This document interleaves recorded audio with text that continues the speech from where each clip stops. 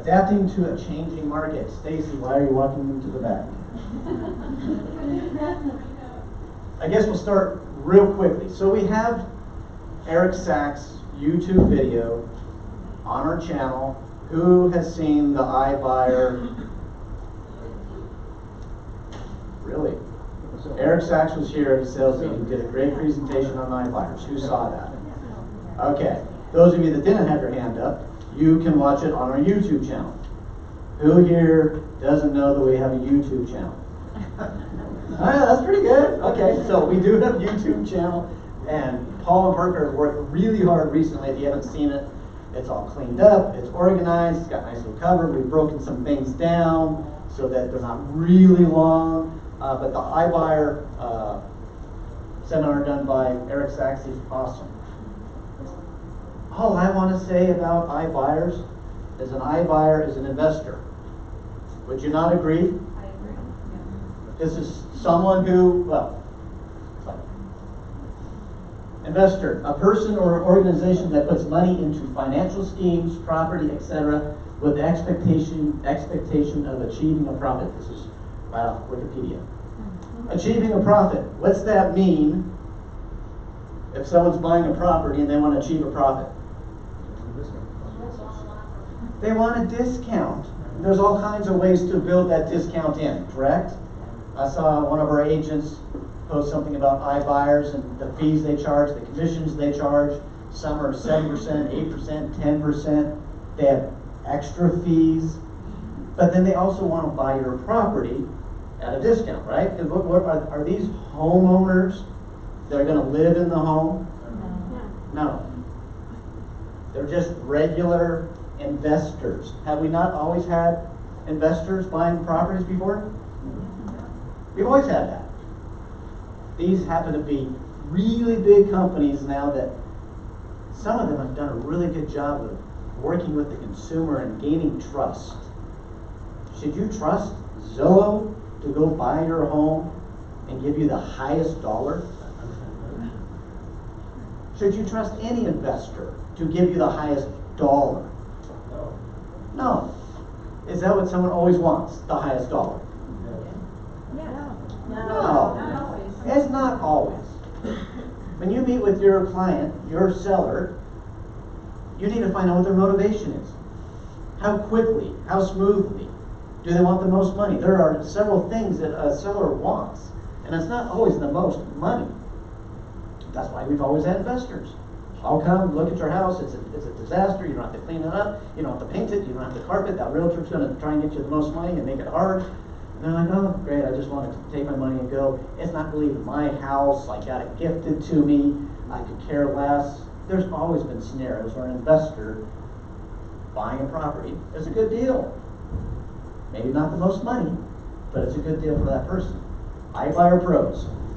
Quick close, cash buyer, no showings. There might be a few other things. Anything else you can think of why an investor / iBuyer would be a good deal for a seller? No fix-up expenses, they don't have to fix anything. No fix-up, because they're not trying to maximize the dollar. The seller isn't. They can stay there. They can stay there. Yeah? Okay, so these are just normal investor issues, or iBuyer. The iBuyer just makes it sound like it's something different other than investor. Cons. Now this is why you need a realtor. These are the negatives of the iBuyer. High commission fees, and we have seen them all the way up to 10%. Anyone seen higher than 10%? Okay. Added user fees, they might add little things in there. I mean, we've seen inspection reports come back. We'll buy your house for X, and here's the 10. Oh, it all sounds great, but they still do a little inspection sometimes. There's multiple iBuyers out there, and then they come with a laundry list, just like a buyer would. Discounted offers. That's the biggest thing. They are not going to give you market value, highest market value. What does an investor have to do with this property? Altogether, they have to sell it though. They have to put it back on the market. I mean, you don't buy it and then just hang on to it. They're not renting these out. They're flipping them. My bottom line, look at an iBuyer like a classic home flipper. They're into it to make a profit. So your seller could be leaving money on the table. These are things you talk to your potential listing with. Pros and cons. What I wouldn't do is say, don't ever use an iBuyer. Don't look at an investor. They're bad people. You know, when you talk down about a competitor and an investor's a competitor, it doesn't make you look good. What you say is, yeah, here are the benefits, here are the cons. If you're looking for the most money, you want a smooth transaction, you want someone advocating for you, is the iBuyer advocating for them, or who's doing the transaction? Who's setting this all up? Who's watching out for them? They're like a FISBO, correct? I'm just selling to someone over here and no one's looking out for me. So these are the points that you want to be making. You don't want to be freaking out about iBuyers out there and them taking over our industry and all the listings are going to be gone. That's not going to happen. It's a distraction, like Justin said. But it's not a bad thing. These just happen to be really large investors. Any questions on iBuyers? Watch the whole seminar that Eric Sachs does. He'll take my 5 minutes and put it into 45 minutes. But this is all you need to know. An iBuyer is an investor. Simple. Questions on that? Skip. Yeah, just a comment, we previewed a house about 2 weeks ago that was a Zillow home. And they bought it like July 8th for 608, and about 10 days later it was on the market for 625. On Zillow. I figured that out. Yeah. Oh, they have a fee that doesn't show in the Doesn't sales show in the price. purchase price in the records. So Yeah. there's some fees that aren't showing up. They're always It comes out high. of the seller's proceeds, but it doesn't show, that 10% doesn't show Right. in the purchase Right. price. Yeah, so I mean, so it's going on the market, obviously at a higher price than they bought it for. And we don't even know all the costs that they were charged to that person, so you don't know that gap. You don't So know. basically, Use it, but Right. Zillow. Yeah. And investors are investing when? During really good times. I mean, when things kind of mellow out a little bit, you kind of hedge your bets and maybe you're not buying properties if they're not selling as quick. Are we seeing the market slow down much? Are you guys seeing the market slow down? Yes. Stacy's gonna talk about this, because we're hearing, oh my gosh, the market, it's really slowed down. Wait till you see the numbers. No, it really isn't. It's not a buyer's market, it's still a seller's market. What it all boils down to is perception. If you guys read into this, oh my God, iBuyers, instead of the perception, they're saying the same thing that we can say, only we can provide more services for them for less money. Exactly. And it depends on what, again, there are pros and cons. It depends on what the seller wants. If they just want to get the heck out of here and someone's going to write me a check and that's not the most money I can get, but I'm done moving to North Carolina, this was gifted to me from my grandparents and I don't care, that's a great deal. They want to maximize their dollar and they want a smooth, easy transaction and be represented. That's what we do. Stacy, dramatic shifts in the market. Yes. It feels like it's been dramatic, but it actually hasn't. So just so I know the audience here, let's do a show of hands if you currently have a listing on the market right now. Active listing. Okay, good. Hands if your listing has been on the market for more than a week. Okay, about half the people. What if your listing's been on the market for more than 2 weeks? 3 weeks? 4 weeks? 5 weeks? Okay. Plan. That doesn't count. All right, for the most part, I'd say 90% of the room, your listing has sold in less than 5 weeks. You're in the average norm category for days on market. Todd, can you put up the statistics that I'm going to share with everyone? So let's first talk about statistics, just to kind of maybe put you guys at ease as far as, oh my gosh, we're coming into a recession. Things aren't selling. it really hasn't changed that much. So what you're feeling is June sales were down just a touch, July ticked right back up where it was supposed to, and we typically go from the high spring selling season, which is the desirable time to sell in Colorado, to summer when we're all laying by the pool, we're taking our kids to Water World, we're going on vacations, we're going hiking, we're going mountain biking. So us as agents, we take some time off, and so do our clients. We won't see as many people putting their homes on the market. We don't see as many buyers in the marketplace because a lot of us live in Colorado for the lifestyle. And so we're out playing when the weather's nice. So we're going to take a look at July 2018 against July 2019. Sales were up 4%. Good news. Average sold price from July 2018 to July 2019. Average price up 4%. So our sales are up, our prices are up. Our new listings were up just a little bit, 3% increase for new listings, month over July last year to July this year. And our under contracts, this is what I really like to see. We were up 9%. That means you guys put a lot of houses under contract in July, which means you're gonna reap the rewards of closings in August. So days on market, I know a lot of you were starting to feel, okay, my listing's not selling in the first weekend. I'm actually having to market the property. I'm having to do open houses. It's not selling in the second weekend. Our days on market only went up 3 from last year, this time. We're at 32 days on the market. You're getting offers in a month. That's a really good market. That's a buyer's market. Anyone here say, oh my God, my house isn't selling, and you call us or you talk to us, and like a week later, it's sold? Anyone? I won't point you out. Point yourselves up. You guys felt something, but it wasn't real, was it? It sold. Yes. I see heads shaking. We had the phone calls. Don't freak out. Don't panic. And you didn't freak out, and you didn't panic, and it sold. So we're in a really good market still. Stacey, is this the Metro Denver area? Is that what?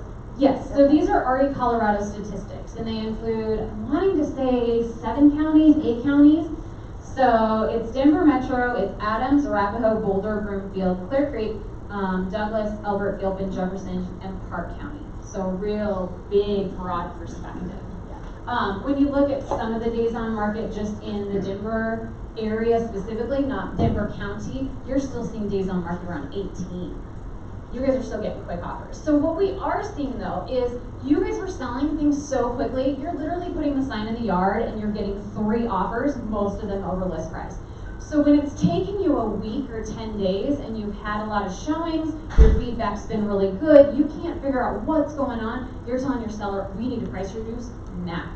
And so you're doing these price reductions a little preemptively, maybe a little sooner than you're supposed to, or need to, because there's still plenty of buyers out there. They're just not rushing out the day that the house is hitting the market. So we saw a lot of price reductions happen over the summer. And oftentimes we were seeing 2, 3, and 4 price reductions within a matter of 3 weeks, because you guys were getting real aggressive with your sellers. Hey, it's not selling, the market's telling me something, we need to adapt. But you were a little quick to make those changes. And so although you guys were strategizing and giving your sellers very good advice, we were seeing that those price reductions were occurring, and it triggered the buyers to say, I don't need to rush out and see this house, because if it sits on the market for 4 or 5 days, they're taking the price down and I'm getting it for less. So that's kind of the psychology that went on with the buyers. Weeks of inventory down here, we're only at 7 weeks of inventory. So again, seller's market, you're not into a balanced market until you're at 5 months of inventory. We're seeing inventory levels a little bit higher in the $1 million price range, which is pretty typical. Those are kind of in more the 4-month range. Still seller's market, but leaning towards balanced market. Anything you wanted to add on statistics? Numbers are looking really good. Yes, numbers are looking really good. So nothing has changed other than sales have gone up, prices have gone up since last year. The next thing we wanted to talk about is it's more important now than ever to actually have a marketing plan. It's not just good enough to put it in the MLS, because we are starting to see things transition just a touch. Do you want to talk a little bit about value and separating yourself from the competition. The reason why we want to arm you guys with this now is, one, because we're getting quite a few phone calls. Hey, my listing hasn't sold in a week. What do I do? What do I do? I haven't had a property that I've had to market. I don't know what I need to be doing. And so we want to arm you with what you can start doing now so that you're ready as things do adjust and as things go to 3 weeks, 4 weeks, 5 weeks, 90 days of sitting on the market. So, we've had some great speakers here today, so we're running short on time. I'm gonna be quick.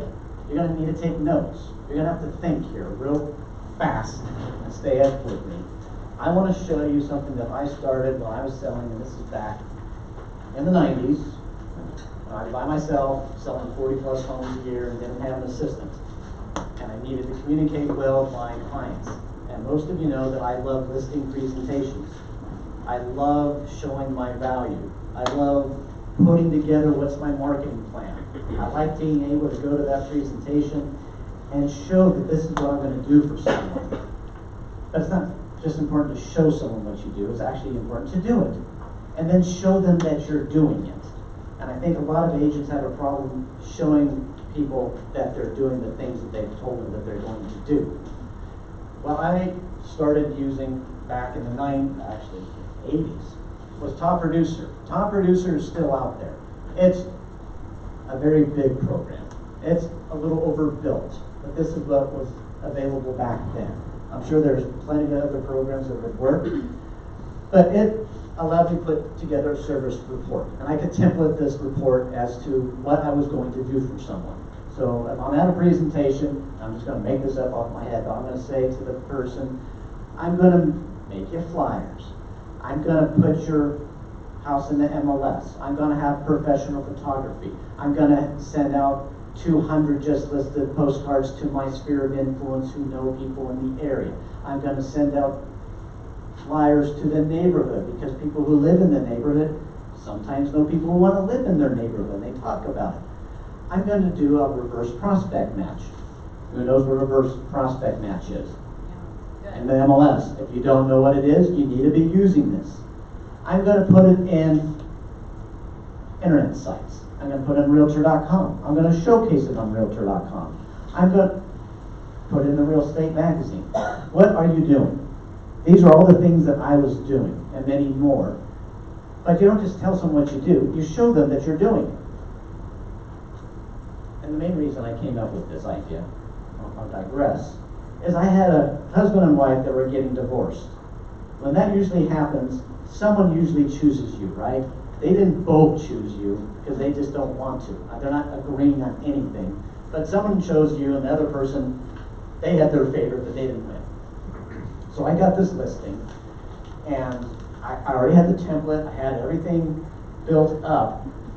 It was on the market for like 60 days or something, and they called up my broker and said, she called my broker and said, he's not selling it, he's not doing anything, I don't want to use him. They were just fighting. And my broker came to me and said, Todd, what are you doing? I was able to pull this type of a report and show step by step everything I did for these people. My broker said, you're doing your job. 2 weeks later, the house sold. But by having this report, one, it backed me up with my broker, and two, it backed me up with my clients, showing them, look, this is what I'm doing for you, and here's how I'm communicating with you guys. So this marketing service report, I literally, and this is a real one that Stacey did, this is like 2011. I was like, we're not selling anymore. We're not doing these anymore. I would highly recommend you do something like this. But every little thing we did, listing agreement, email a copy of you, email a copy of the listing agreement to you. How many people here actually sent a copy of the listing, the MLS, what it looks like in the MLS, to their clients? Awesome. Those of you who don't, you need to. We want them to look at it in case we made a mistake. This is where we wrote, there's 220 electrical in the garage and there isn't. Or there's air conditioning and there isn't. Send them a copy of the MLS so they can see it. Send them a copy of the pictures. Send them disclosure forms. I put up the for sale sign. We put up the lockbox. put in the MLS. We had the digital photos. Showing desk. We submitted it to the showing desk. It's in Ari, Colorado. Send them a link of what it looks like in Ari, Colorado. We made you color brochures. We had a showing. Now we write down what the showing was and what they liked or disliked about the property. We put it in Trulia. Is Trulia still out there? It's never mind, it's Zillow, Okay. it's. We put it in Trulia. Here's a link. So every single, when we used to say we would put this in, I don't know, 75 different websites, we would send them a link to every one of those websites so they could see it and they could click on it. There's your Zillow listing report. Internet websites, all the sites we have, ListHub, Yahoo Real Estate, Google, AOL Real Estate, Schuster Properties, our website. Staging items. We would stage our properties. We would actually ourselves go in and help them get the house looking right. Updated photography, buyer acquire information. That's our 1-800 call capture. Let them hear what it sounds like. Go in and customize it. Don't just let it connect with the MLS. This is free for you guys. You already have it. It's on your sign, the phone number. You can go in and say, "Hi, this is Todd Schuster. Thanks for calling at my house at 123 Elm Street. This is or if you're not doing anything with it right now, it just says 3-bedroom, 2-bath, and you get the little call capture. Go in and customize it. Because your seller's the first person who calls that 1-800 number to hear what it sounds like. So if your greeting's there, that's even better. Realtor.com. Listing promotion. Promoted your home at Equity Colorado sales meeting. Literally. Pages. Pages and pages. That's 1 month. And how many pages? Does it say the page? No, it didn't say the page. I don't know, what, 12 pages probably of information of what we do for our clients. We took it up a notch. We used to email this out to them. On Top Producer, we gave them a login. Everybody had their own customized login, and they could log in every day if they wanted to and see what's going on. And we would update the showings every day. So as we're getting feedback, don't call me, just log in and you can look at your showings. What's your plan? As Justin said, work a niche, have a plan, know what your marketing is, and then communicate it. Any questions on that? Would that be cool if you were doing that? Do you think you could get more listings if you were doing something like that? Do you think you could show more value than maybe what you're doing right now if you did something like that and communicating, if you're not doing that already? Yes? No? Yeah? If you need help doing this, this is what we're here for. I'm happy to talk to you about what we have done and what we do. We have classes here and there, but you know, sometimes it's hard to actually grab something and implement it. Pick up the phone and say, what did you do? How's that work? We're happy to share. Anything you want to add to that? And you don't have to be this fancy and put it in this cool report. Oh, yeah, With colors. We ended up not having Top Producer. We ended up canceling it. And so I started just emailing the report. And when you are emailing like the lines of what we had done, so yeah, if you can pull that email up, and it's literally like this huge email that just outlines every single item. So you don't have to be fancy. It doesn't have to have pictures. It doesn't have to have colors. It can literally be typed out in an email. This was the showing feedback, put the listing sign up, did this, did that, in the body of an email. So, keep it easy. Keep it easy. Yeah, I like making systems. I like creating things. It's fun. I mean, maybe, you know, going from sending it out in an email to putting it on the platform to having people log into it. It was fun. I enjoyed it. It's what I do. Anything else? Not on that subject. We don't have a ton of time, Yeah. so I think we're gonna save the getting the buyers off the fence until next time. I also have a really cool chart that I wanted to show you, but we'll do it next month. And it talks about pricing your homes as you're coming into the fall because you're using the spring comparables. And this chart shows you that spring prices are up 4% in March, April, and May, and prices are down 2% in September, down 1% in October. So as you're pulling your comparables from 6 months ago at the height of the market, how you adjust for being in a lower selling demand in the lower market. So I'll show that chart. I'll post it on Facebook so you can take a look at it. It breaks everything down into colors so you can see when's the best time to sell for a seller, when's the best time to buy for a buyer. And we won't show that today, but I'll post it on Facebook and we'll do it next meeting. What I really want to do is wrap this up with managing your emotions, because as you start to feel things a little differently in the market, you get scared. And then you lose focus and you listen to the news and you hear about the NAR lawsuits and what's this person doing, what's that person doing, they're saying we're gonna have a recession, and you don't stay focused. You drift, you spend a lot of negative energy worrying instead of just staying connected with what you do as a business person, running your business, as Justin said, finding your niche and being extremely good at it. Don't dabble in a bunch of things, but just find what you do well and do it great. Building those relationships with your clients, there are always going to be people that need to buy and sell. You need to be interconnected in those webs, in those networks, so that you're that resource when someone says, I'm downsizing, I'm getting a divorce, I'm moving out of state. Doesn't matter whether we're in a great market or whether we're in a down market. They need you. And so just stay focused. Keep your blinders on and don't worry about all the external noise. Anything else you want to say? Nope, that's awesome. No. All right. Any Questions? questions? And study your statistics. Know your statistics. Go to the refresh conference. Take your classes, because the way you get better is submerging yourself into this information. And as you have to adapt to investor markets, to buyers markets, to sellers markets, you'll have the skills to do it. All right, hire professionals.